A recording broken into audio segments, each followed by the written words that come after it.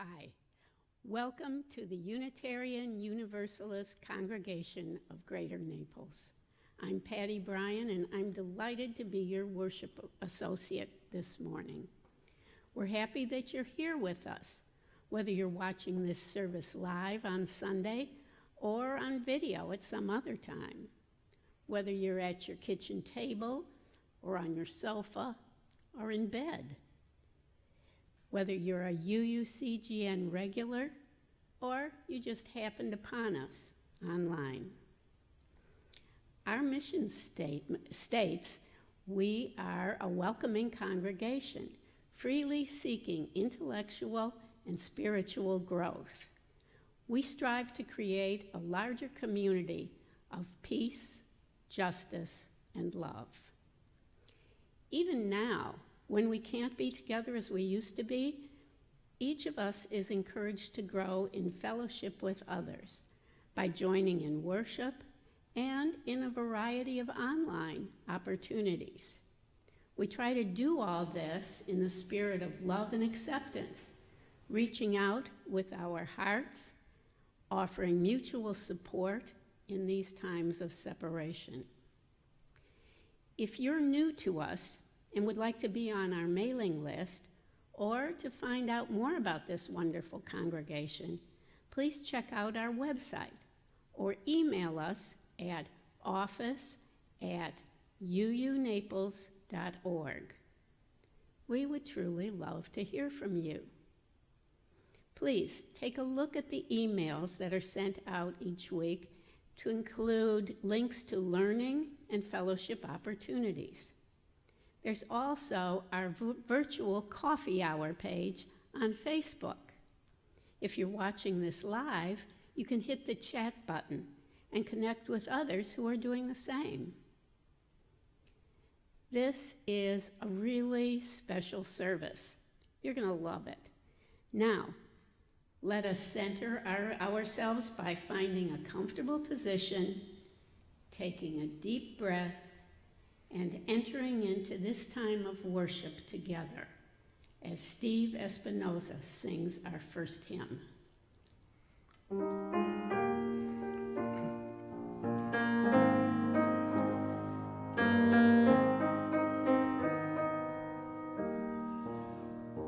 When our heart is in a holy place, when our heart is in a holy place, we are blessed with love and amazing grace. When our heart is in a holy place, when we trust the wisdom in each of us, every color, every creed and kind, and we see our faces in each other's eyes, then our heart is in a holy place. When our heart is in a holy place, when our heart is in a holy place, we are blessed with love and amazing grace. When our heart is in holy place, when we tell a story from deep inside, and we listen with a loving mind, and we hear our voices in each other's words, then our heart is in a holy place. When our heart is in a holy place, when our heart is in a holy place, we are blessed with love and amazing grace. When our heart is in a holy place, when we share the silence of sacred space, and the God of our hearts stirs within, and we feel the power of each other's faith, then our heart is in a holy place. When our heart is in a holy place, when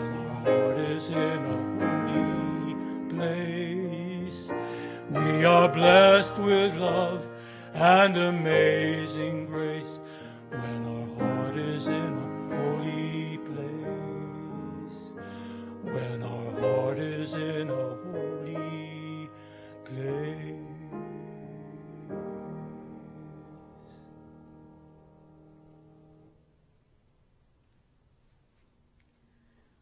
We light our flaming chalice as a beloved people united in love and thirsting for restorative justice. May it melt away the tethers that uphold whiteness in our midst. May it spark in us a spirit of humility. May it ignite in us a radical love that transforms our energy into purposeful action. This is a chalice of audacious hope. This chalice shines a light on our shared past, signaling our intention to listen deeply, reflect wisely, and move boldly towards our highest ideals.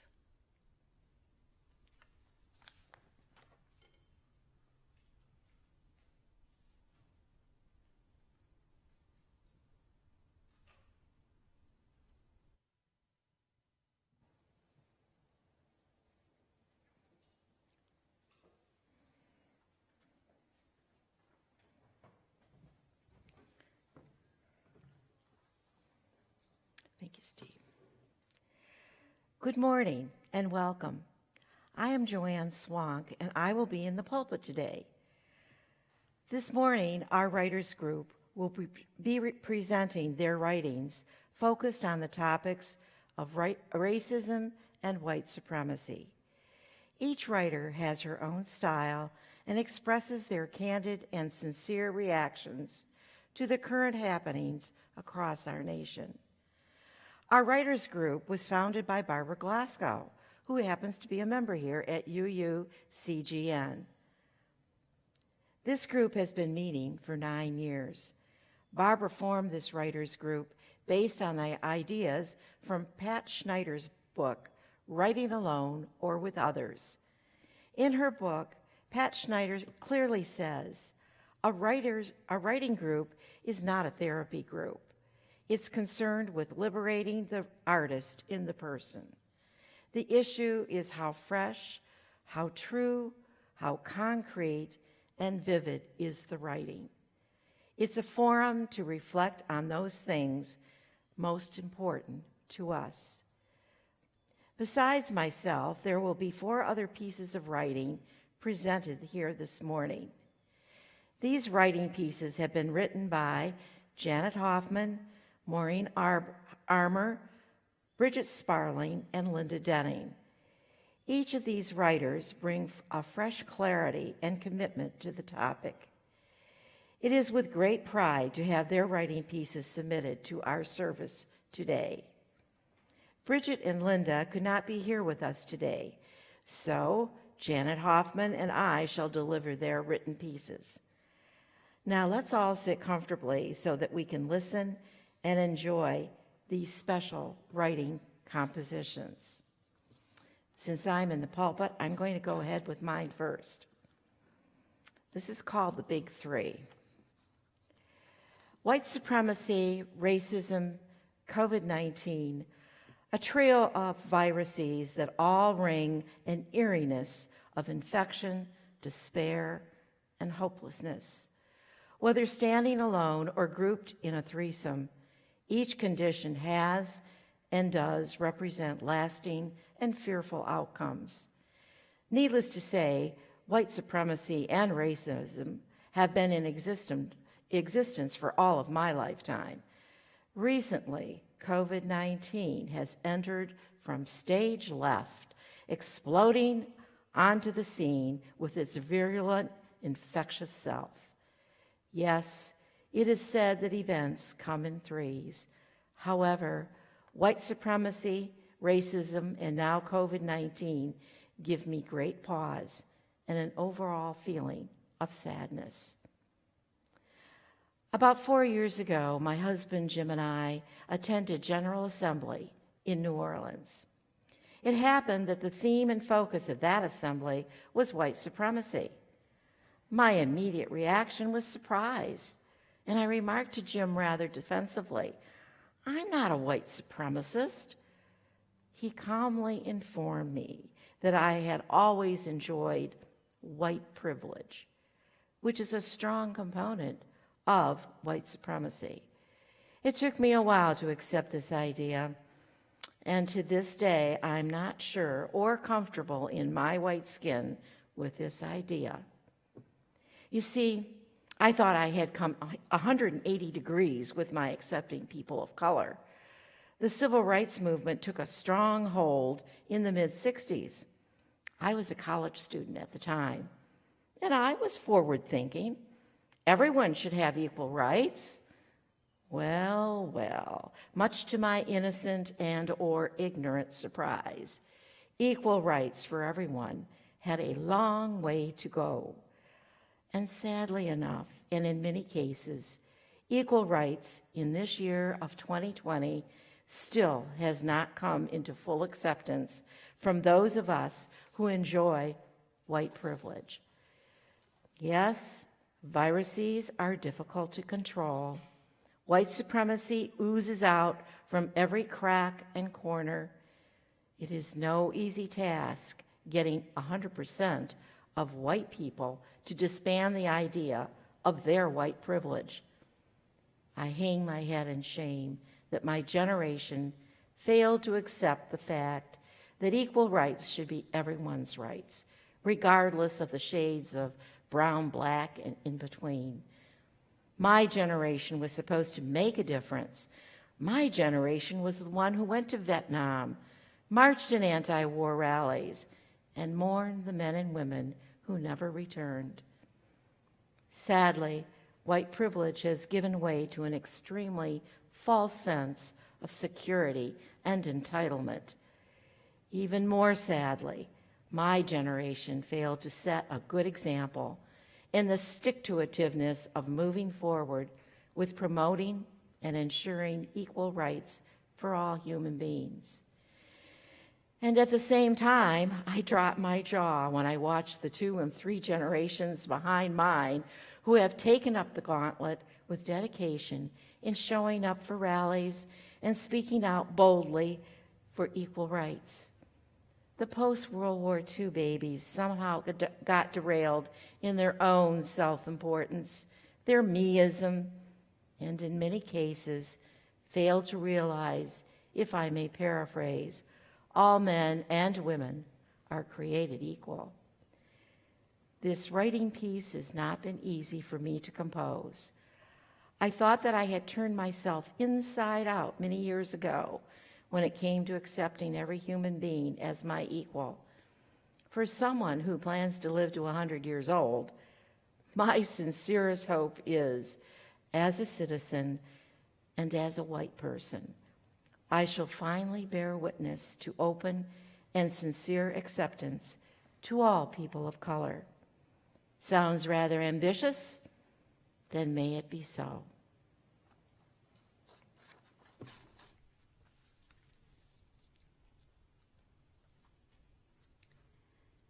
This piece is called Solitude. It's by Irvin W. Underhill. Mr. Underhill was born in 1868. He worked in a cafe. He was a black man, and he went blind. And so his wife brought home the bacon after that, and he stayed home with the children. He wrote a book called Daddy's Love and Other Poems. And this piece is from Daddy's Love. You'll hear the Victorian language in this, and it's kind of nice. Oh, solitude, where is the sting that men ascribe to thee? Where's the terror in thy mien? I look, but I cannot see. Where hidest thou that loneliness the world pretends to fear? While lying on thy loving breast, I find my sweetest cheer. They do not understand thee, no, they are but knaves and fools. Or else they must discern in thee Dame Nature's queen of schools. For in thy care, with naught but books, the bards and saints of old become my friends, and to mine ear their mystic truths unfold. When problems and perplexities of life becloud my mind, I know in thee, O solitude, the answer I can find.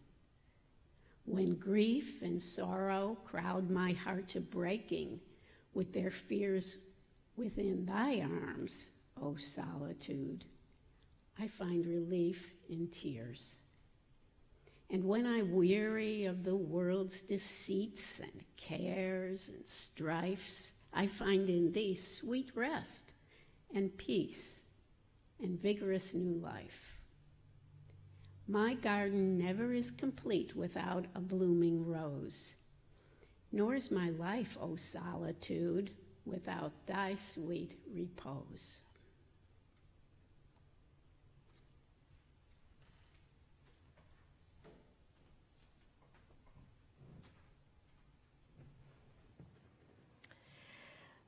Linda Denning could not be here today, but she has written a beautiful piece. Let me introduce you to my nephew. Right now, Janet Hoffman and I are going to collaborate and read her piece to you. Let me introduce you to my nephew.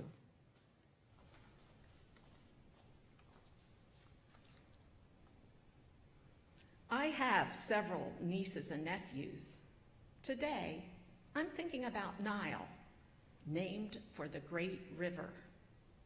Nile was created from the confluence of two great families, flowing from different parts of the world to meet in New York City, and then to separate again.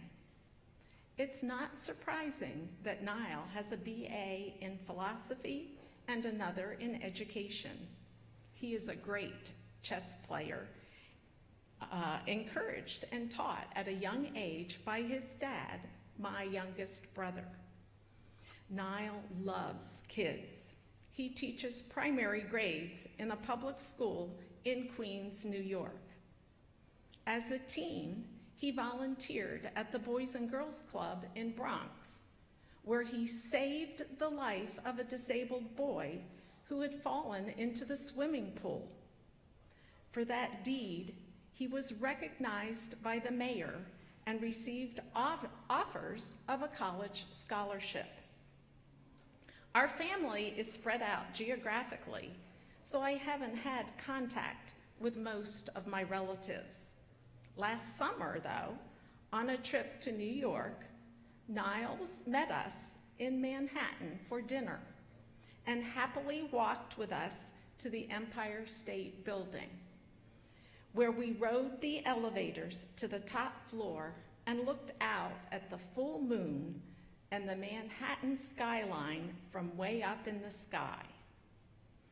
Nile has such a warm, confident, and unassuming presence that I was totally shocked to read his post on Facebook on June 9 in response to the Black Lives Matter's protests that were sprouting up after the murder of George Floyd. It gave me much to ponder. The title reads, "I was called a nigger today."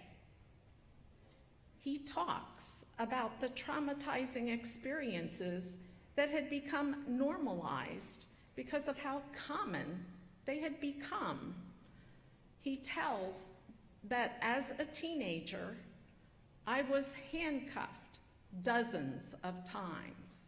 I was thrown against walls and searched. My picture was taken and my information was written down. I was once smacked in the back of my head for talking back. Sometimes I was grateful if the officers let me go in time to catch the next train to school. I'd even say, thank you. He continues to say that he was never arrested.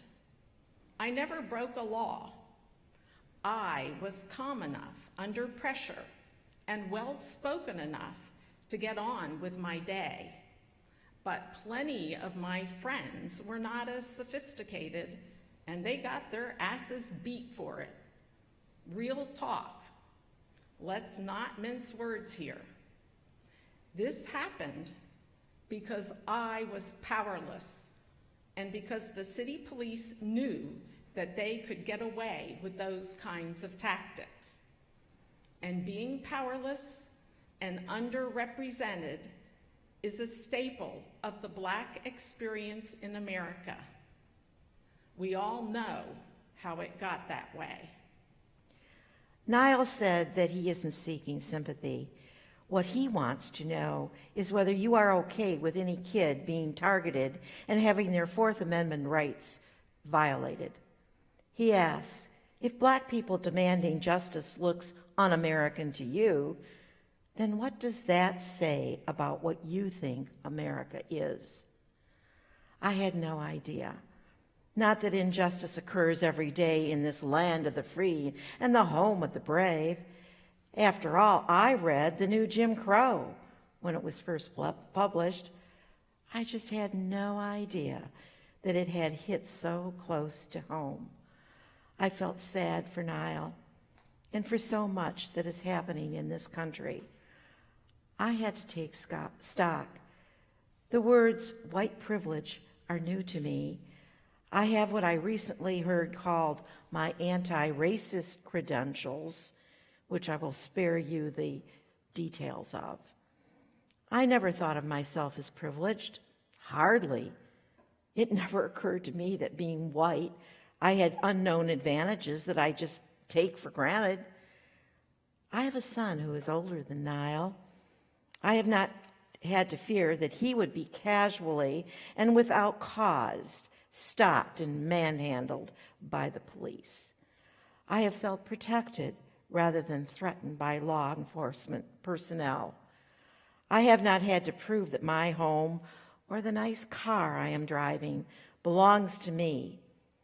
I can enter any store and not be looked at suspiciously. I don't have to be careful about being too loud or too boisterous or too grand.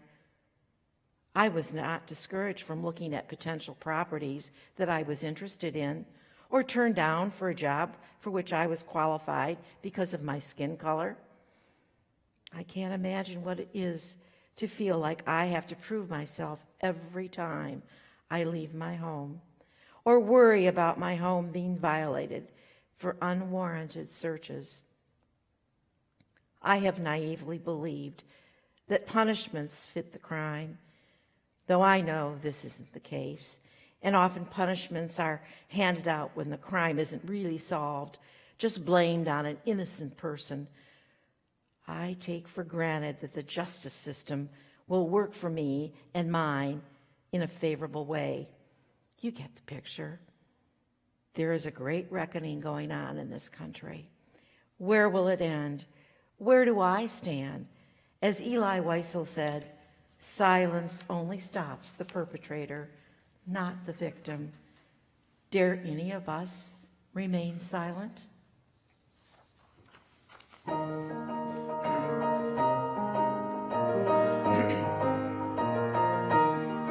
From the days remembered burns a beacon bright and clear, guiding hands and hearts and spirits into faith set free from fear.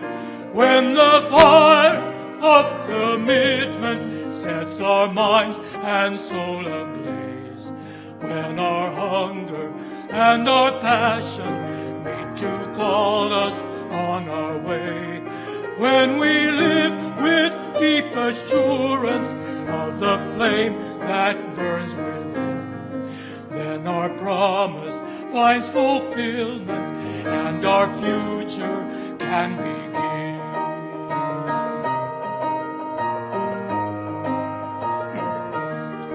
From the stories of our living rings a song both brave and free, calling prison till to witness to the life of liberty.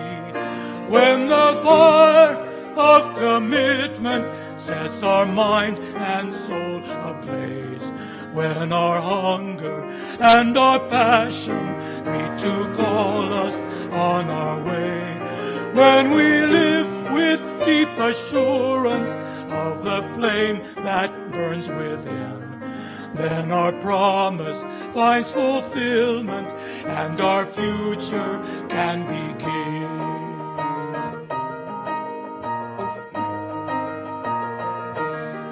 From the dreams of youthful vision comes a new prophetic voice, which demands a deeper justice built by our courageous choice. When the fire of commitment sets our minds and soul ablaze, when our hunger and our passion meet to call us on our way, when we live with deep assurance of the flame that burns within, then our promise finds fulfillment and our future can begin.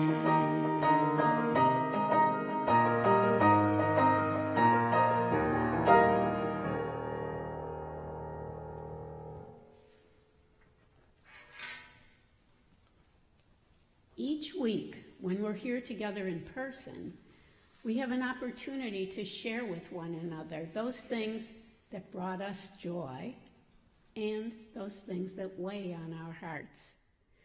During this time of separation, we still take the time to honor the fact that life goes on, and joys and sorrows continue to run through our days and our weeks. We acknowledge the realities of how the pandemic continues to affect everyone's life, some more than others. And we hold in our hearts and minds all those directly affected and those working to alleviate the suffering. If you have a joy that you're holding or a sorrow to bear, now is a good time to light the candle or a flame to mark your heart's journey. For you, for those you hold close, and for all of us on this passage, let us take a few moments of silence together.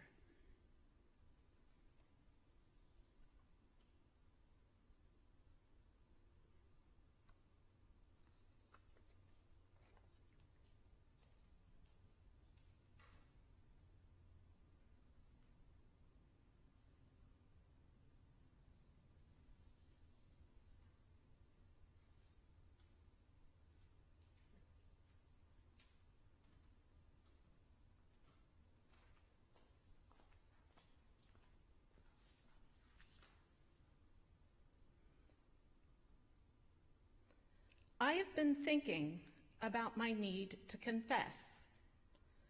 It's a confession about an attitude I have had for much of my life, a character trait that I thought I could be proud of. I even viewed myself as morally superior at times. For much of my life, I saw myself as colorblind. I thought I did not see race, and that I saw everyone the same. I thought it was a good thing, a noble attitude to have, and it was all I needed to do. My perspective started changing a few years back, and it has been a slow process. Thinking back as when I was a child, I heard the rhetoric of not seeing color, and so I tried not to notice it. As a child, I was told that we were like cookies on a baking sheet. God just cooked some of us more than others. That could have been viewed, of course, as whites being baked to perfection while blacks stayed in the oven too long. But I never questioned that. Nor did I question that there were only white families in my neighborhood. I never questioned why most of the black women I saw were house cleaners. I never thought, why did I see only white people and no black, brown, or indigenous people at our swimming club? There was only one black girl in my elementary school. There were more black students in my high school. I suddenly heard stereotypical and ugly words used to describe them. I kept quiet. I was aware that there was discrimination in schools from the civil rights movement.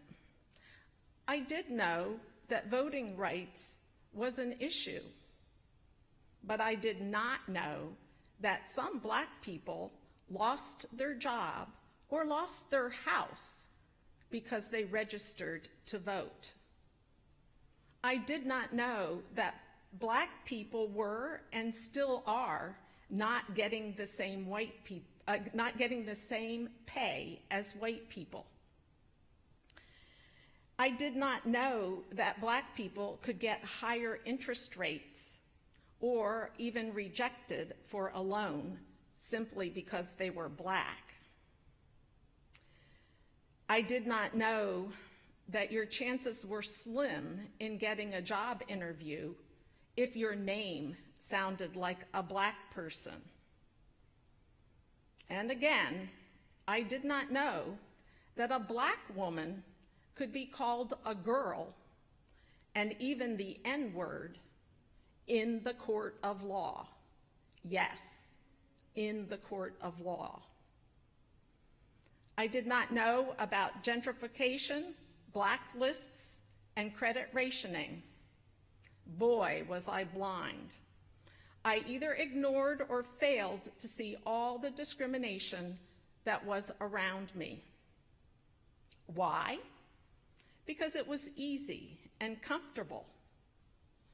And that is why being colorblind hurts the struggle for racial equality. I chose to do nothing or very little about the systemic racism in our society. I accepted the status quo. I was covered. I did not see race. I also did not realize the unearned privileges and benefits that I received for being white. My parents could get a loan to buy their house. They were not excluded from any neighborhoods. My father was always given an interview for a job. My parents could send me off to college because my father earned more. His employment provided my family with health insurance.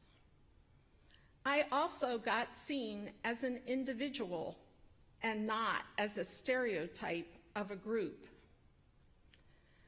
I was never followed by security in a store. I was never questioned when I walked in a different neighborhood. The police always talked to me respectfully. I was never told I was not college material. As a white person, my character was never questioned or dismissed. Color blindness does not build empathy or any understanding of all the negative experiences of Black, brown, and indigenous people. It was like racism was not anything I needed to talk about. And if we don't talk about it, how do we understand it? It was not recognizing the vibrant cultures and histories of people from different backgrounds. Am I curious and learning about these cultures and histories? Do I really value and celebrate racial and ethnic differences? I hope that I will continue to look at the pain and the trauma that others have experienced and learn from Black, brown, and Indigenous people. Work to make positive changes. I hope that I will not run away from this discomfort anymore.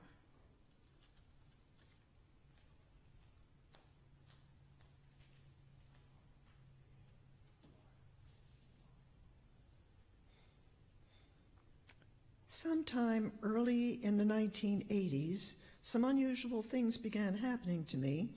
At first in the New Jersey elementary school where I was teaching, when our principal introduced Betty Johnson, the new second grade teacher.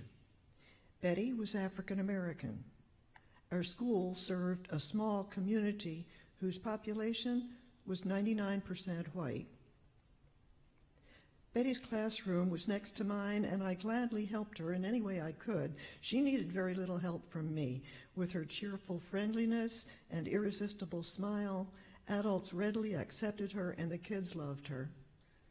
I got to know her better over the year and learned that Duke, her husband, was the leader of a well-known jazz band, and that they lived in Teaneck, New Jersey, the town my husband taught in. In June, Betty invited Frank and me to a party at their house. The party was outdoors with plenty of room for a barbecue, a bar, groups of tables and chairs, and lots of people. The unusual thing here? Frank and me, the white ones, the only white ones. A friend who taught at the same school as Frank joined us and with a broad grin asked Frank, "What the hell are you doing here?" Congenial talk followed, and we began to enjoy the party. Sometime later, Betty came to me and said, "Come on, I want to show you something." She sounded conspiratorial. We stopped where we could see Duke and friends who looked as if they were celebrating. "See that captain's chair, the one with letters on the back?" Betty asked me. "His friends just gave it to him." 4 large letters were inked on the chair's canvas back. TNIC. When Betty told me what they stood for, I burst out laughing, and Duke sent me a quick glance of disapproval. Certain evocative words, often a name full of hatred, were scraped clean of that hatred when their recipients co-opted a name as their very own, but only their own. Outsiders had better not go beyond the name's first letter. One of those letters was on the back of Duke's new chair. When the party was almost over, I was sitting at a big round table with 6 or 7 others. Conversations were low-key. Candles and torches gave just enough light. Many of us were leaning forward with our hands resting on the table, as were mine. Memories of the evening swam in my head. I glanced at my hands on the table, and for the smallest instant I thought, whose are they? Only 2 hands on the table were white, and they looked wrong. All the rest were shades of brown. I'd been living in an unlocked reality that night, one I'd been allowed into. Blacks and whites live in different realities in our country. Advantage belongs to white Americans. Injustice and oppression go to Black Americans. Few whites who live in the comfort of advantage are eager to work or fight for change. Blacks who enter the struggle face the threats of attack, imprisonment, and death. It takes something beyond unthinkable to force us, Black and white Americans, to change. When we all watched a white policeman kneel on a black man's neck until he stopped breathing, we changed. We live in a time of not knowing what's to come. We can't know if enough white and black people will allow one another into each other's realities so that we can follow the changes forward to justice and full equity. Change doesn't make promises. It's up to us.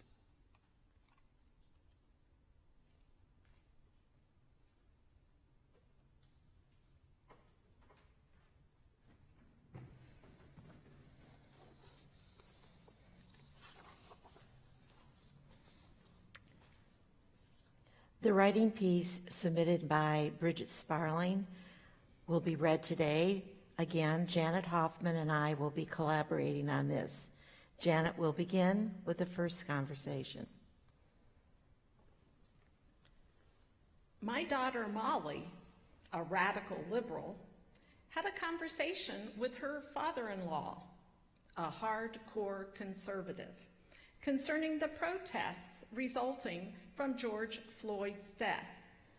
Steve, her father-in-law, fears the socialist agenda of the liberals, while Molly cannot abide the hate-mongering of the conservatives.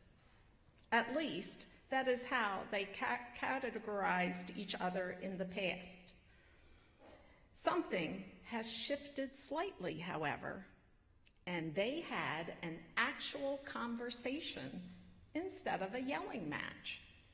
Steve now concedes that our leadership is horribly misguided. But, he says, I simply cannot vote for a liberal. His reason is based on what he calls end goals. He recalls the 60s, and while he didn't agree, he recognized that those hippies had an end goal, the end of the Vietnam War. But he can't see that today's protesters have such a goal. Molly thinks the end goal is easy to understand. People want justice and equality and tolerance to be our guiding principles. He, however, finds these ideals vague, unmeasurable, and ambiguous. He wants something measurable and concrete, like the unemployment rate or the cost of living. He's right. It can be difficult to quantify justice. We don't always recognize how tolerance might guide our decisions. Ambiguity is uncomfortable and challenging. And so, to Steve, these qualities don't make satisfactory goals. Second conversation. Another recent conversation I've had helps explain the painful place our culture has created. Marcy is a highly educated, professional Black woman. She has 3 beautiful mixed-race children with her white husband. She said that as a child, she believed that racism would disappear by the time she was grown up.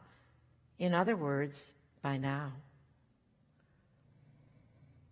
But we obviously haven't achieved that end goal. Instead, to her shame and out of fear, she hopes her children, 4-year-old twins and a 1-year-old baby, will marry white people.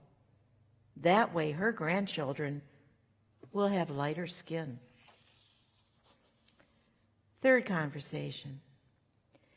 The third conversation in The Strange Case of the Moderate Extremists, a novel by Alexander McCall Smith, seems to sum it up. The main character observes that people want inputs and outputs, or end goals, and so on. But what does any of that actually mean? Does it have any bearing? Any bearing at all on whether an outcome is good, bad, or indifferent? Does it? His friend responds, no, I don't think it does. The important thing is how people feel at the end of the day.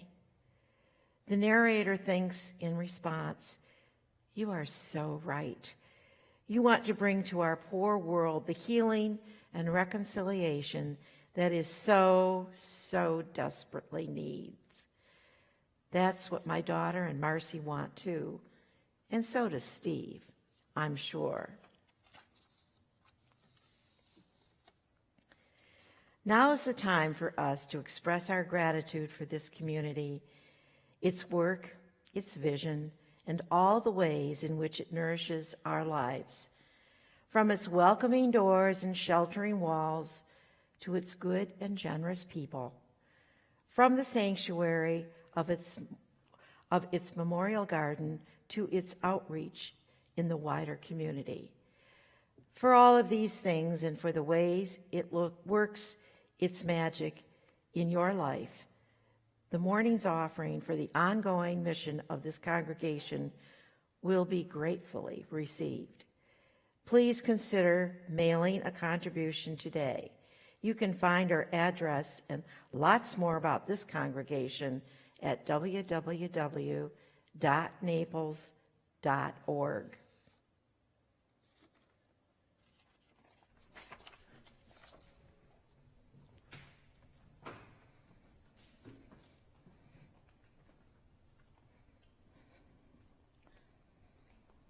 Patty and I will do this last piece of poetry together.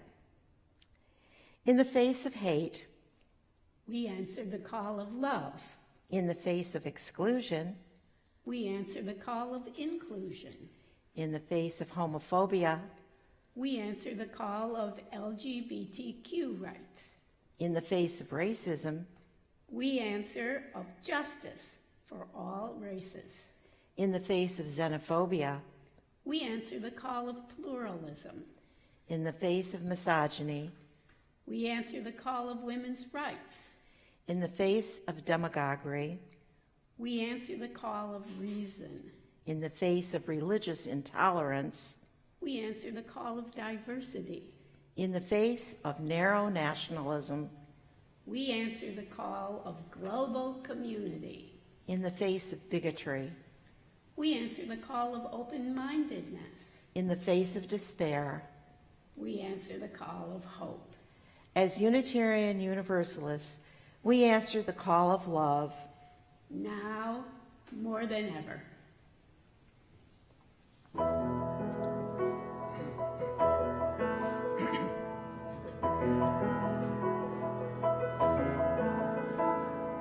Though below me I feel no motion, standing on these mountains and plains, far away from the rolling ocean, still my dry land heart can say, I've been sailing all my life now, never harbor or port have I known. The wide universe is the ocean I travel, and the earth is my blue boat home.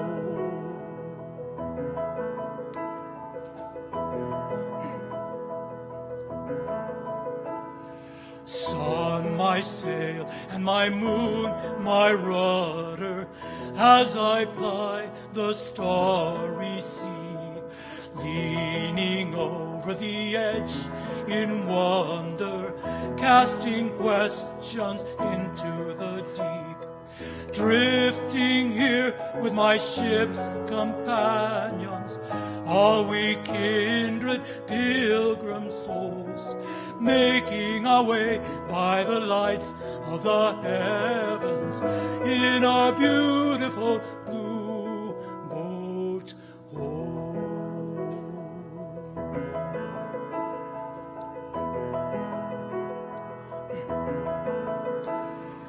I give thanks to the waves upholding me, hail the great wind scourging me on, Great the infinite sea before me.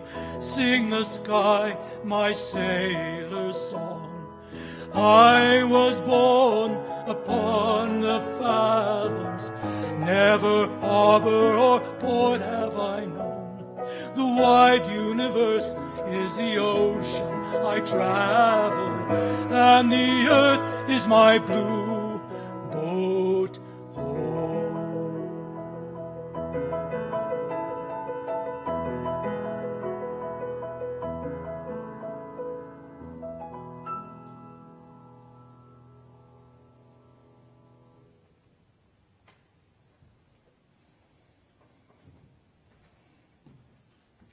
That's the best I've ever heard that song sung.